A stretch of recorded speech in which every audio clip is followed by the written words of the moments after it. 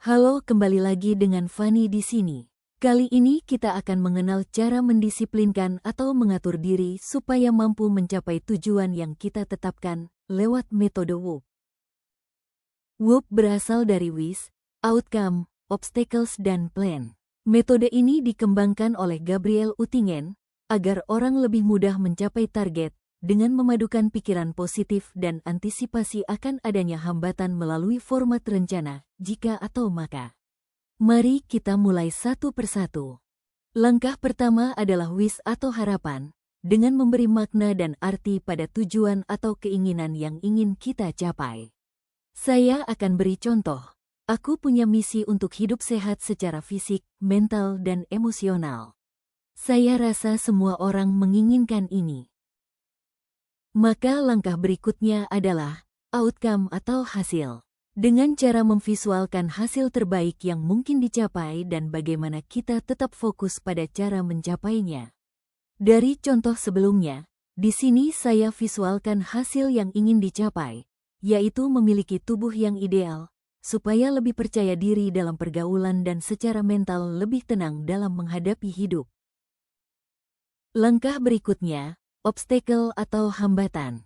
Saya harus paham hambatan utama yang bakal menghalangi saya untuk mencapai tujuan tersebut. Lewat kebiasaan ketika saya menghadapi masalah, seperti rasa cemas, takut, ragu, dan mudah teralihkan.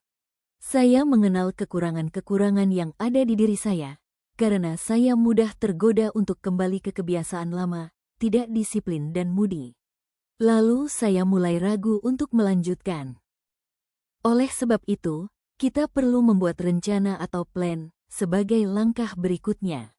Rencana aksi ini dimulai dari kata jika dan maka sebagai senjata saat hambatan itu datang. Seperti, supaya saya disiplin dan konsisten, maka saya akan memasang alarm untuk mengingatkan saya pada waktu olahraga, meditasi, juga afirmasi, termasuk waktu membaca buku yang dapat membentuk pola pikir baru. Jika tidak berhasil juga, maka saya akan menempelkan poster-poster yang bisa membantu saya memotivasi diri. Jika tidak berhasil juga, maka saya akan mematikan Wi-Fi, mensenyapkan HP dan menjauhkannya dari jangkauan saya, supaya saya tidak tergoda untuk scrolling.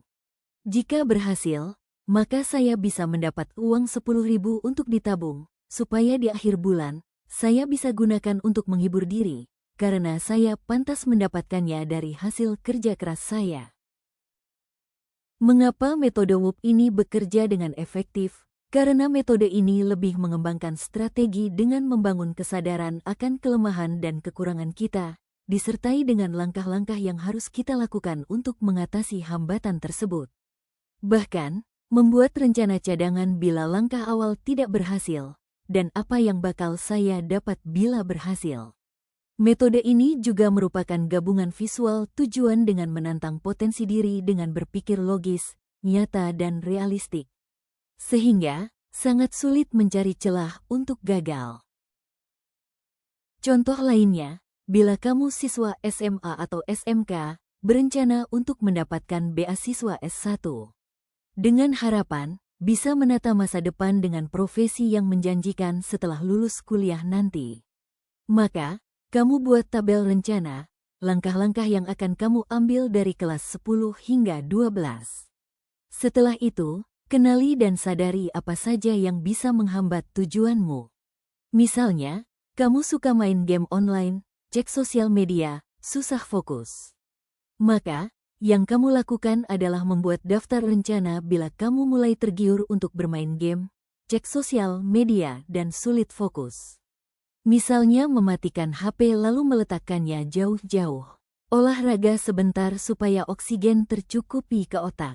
Buat daftar strategi yang mau kamu capai tiap semester. Misalnya, ikut pelatihan, organisasi, kursus bahasa asing, lomba, kegiatan sukarela, dan sebagainya. Buat juga rencana jika hambatan itu bisa kamu lalui, untuk memberi semangat.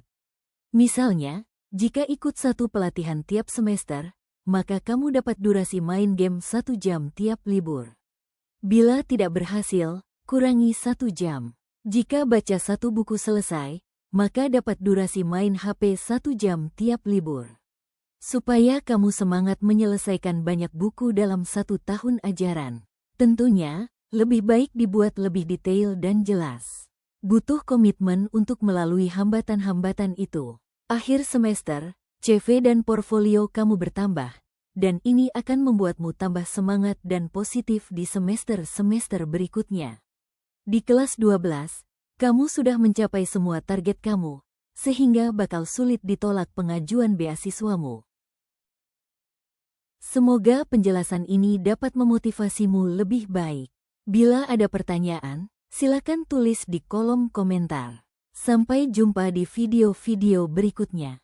Terima kasih untuk kalian yang menyimak hingga selesai.